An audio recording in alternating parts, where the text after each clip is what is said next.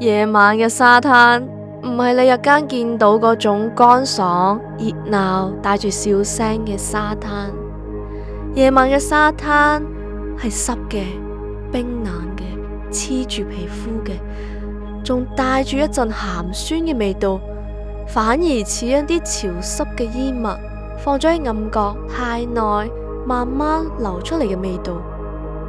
你一踏落去，腳底會感覺到沙粒唔係鬆散，而係有啲黏，有啲重，好似有嘢用一種好溫柔但好固執嘅力度，慢慢包住你嘅腳，拖住你唔想你走。而海就喺前面，黑到似一幅冇光透嘅墨畫，啲浪光偶爾閃一下，好似有人喺遠處用指甲刮過玻璃，唔刺耳，但你會覺得心口痕一下，唔舒服一下。浪聲係規律嘅，沙推上岸，推返去。但你聽耐咗，你會發現浪退之前會有一個好短好短嘅停頓，就係嗰半秒，短到好多人會忽略，短到你以為係自己聽錯。但只要你一旦注意到，你就會開始覺得嗰半秒唔係停頓，係等，係留位，係好似有人喺浪入面吸一口氣，準備講下一句說話。呢個故事就係由嗰下半秒開始，由嗰種明明冇人，但又好似有人喺附近嘅感覺開始，由一個小朋友聽到海入面有人開始。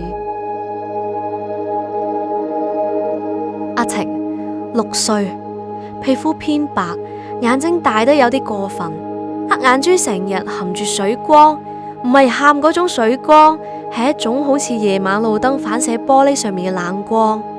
佢唔算特別活潑，亦唔算特別怕生，即係成日靜靜地坐喺窗邊，好似將自己截到好細，好似驚阻住屋企任何一點空氣流動。佢哋搬嚟呢度唔夠3個月，新屋近海，近到你夜晚開窗，條味就會入屋，連床單都好似永遠估唔透。阿敏做護理員要返夜更，屋企嘅夜晚經常係阿成一個人對住天花板，聽住窗外遠遠近近嘅浪聲。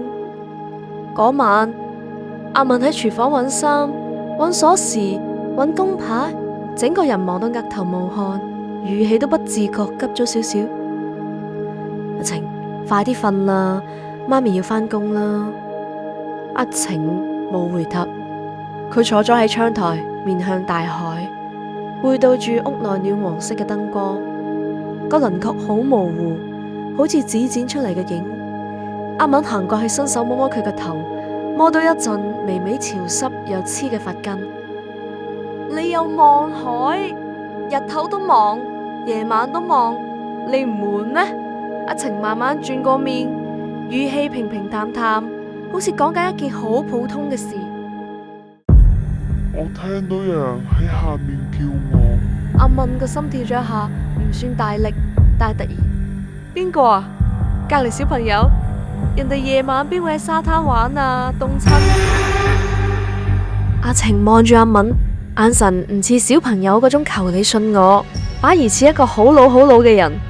用一種好疲累、好確定嘅方式同你講，唔係隔離，係水入面嗰啲。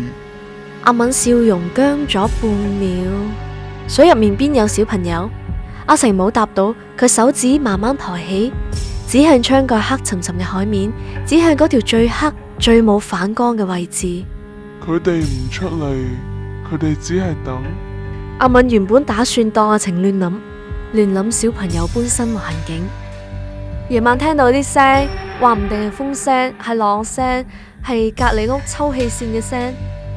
但阿晴嗰晚嘅表情實在太冷靜到唔似小朋友胡思亂想，反而似一個人喺夢入面醒咗半邊，見到啲唔應該存在嘅嘢。最後，阿敏請咗假，佢唔係因為相信鬼，而係因為佢唔想阿晴一個人留喺屋企。對住嗰種聽到聲嘅恐懼，慢慢變大。